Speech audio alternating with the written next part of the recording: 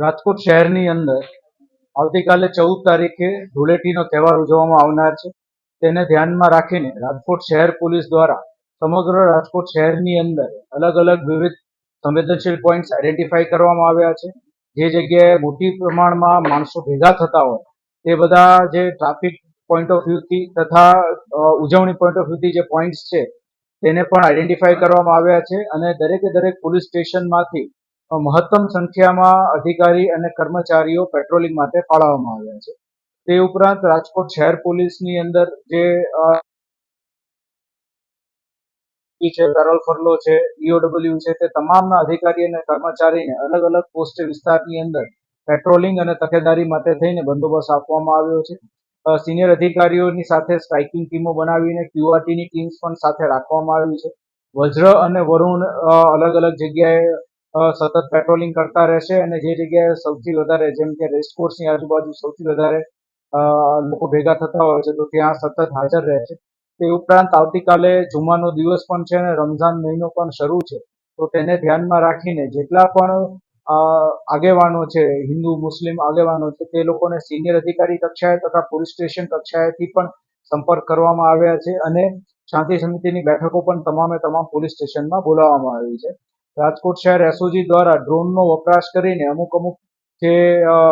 Fix point છે ત્યાં સતત ત્યાં વોચ રાખવામાં આવશે. જેટલા સંવેદનશીલ પોઈન્ટ્સ આઈડેન્ટિફાય થયા છે ત્યાં ડીપ પોઈન્ટ્સ, ધાબા પોઈન્ટ્સ અને ફિક્સ પોઈન્ટ્સ પણ રાખવામાં આવનાર છે. ટોટલ સિનિયર અધિકારી, પોલીસ કર્મચારી તથા હોમગાર્ડ અને TRB બધું થઈને 1680 લોકોનો બંદોબસ્ત જે છે એ આવતીકાલે રાજકોટ શહેર પોલીસમાં લાગવામાં આવશે. હાલ આજ દિન સુધી જે છે એ લાયસન્સ બ્રાન્ચ પાસેથી માહિતી મેળવતા કોઈ પણ એવી જે પેઇડ કોઈ મંજૂરીઓ આવી નથી કે જેમાં પેઇડ ઇવેન્ટ્સ થતા હોય અને જેના આધારે પરફોર્મન્સ લાયસન્સ એવું લેવામાં આવતું હોય, પણ વ્યક્તિઓ જે છે એ પોતાની રીતે અલગ અલગ જગ્યાએ હોળી ધૂળેટીની ઉજવણી કરતા હોય છે તો તેને ધ્યાનમાં રાખી તમામ પોલીસ સ્ટેશન પાસેનું લિસ્ટ તૈયાર કરાવવામાં આવ્યું છે કે કયા વિસ્તારની અંદર તેમને આ રીતે પ્રાઇવેટ અરેન્જમેન્ટ થયેલી છે અને ત્યાં પણ પેટ્રોલિંગ સતત રાખવામાં આવશે. PCR ઉપરાંત એક્સ્ટ્રા 10 વાહનો પણ કરવામાં આવ્યા છે પેટ્રોલિંગ માટે થઈને, જેની અંદર તમામ પ્રકારની રાયટ ગેરેજ ને એવું બધું પણ રાખવામાં આવ્યું છે જે આવા તમામ પોઈન્ટ્સ પર સતત પેટ્રોલિંગ કરશે.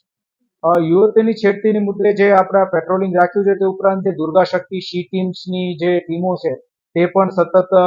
અલગ અલગ વિસ્તારોમાં પેટ્રોલિંગમાં રહેશે અને જે સોશિયલ મીડિયાના માધ્યમથી કોઈ પણ પ્રકારનું ન્યુસન્સ ન થાય તેના માટે થઈને સાયબર ક્રાઇમની ટીમને પણ આની અંદર જે સોશિયલ મીડિયા મોનિટરિંગ ટીમ છે તેને પણ લગાવવામાં આવી છે. રાજકોટ શહેર પોલીસ કમિશનર સાહેબશ્રી દ્વારા જાહેરનામું પણ બહાર પાડવામાં આવ્યું છે જેની અંદર આ પ્રમાણે જે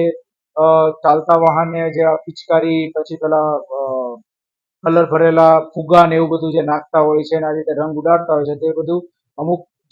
જેના કારણે અન્ય લોકોને કોઈ પણ પ્રકારે નુકસાન થઈ શકે, તે લોકો વ્યથિત થઈ શકે તથા તેમની લાગણી દુભાઈ શકે તો એવા બધા તમામ કૃત્યોને જાહેરનામું કરીને પ્રતિબંધિત કરવામાં આવ્યા છે. એટલે આવું કોઈ જણાશે તો જાહેરનામા ભંગનો ગુનો પણ દાખલ કરીશું અને જો ફરિયાદી આગળ આવશે તો તેની અંદર 100% આપણે ગુનો BNS મુજબ દાખલ કરી કાયદેસરની કાર્યવાહી પણ હાથ ધરીશું.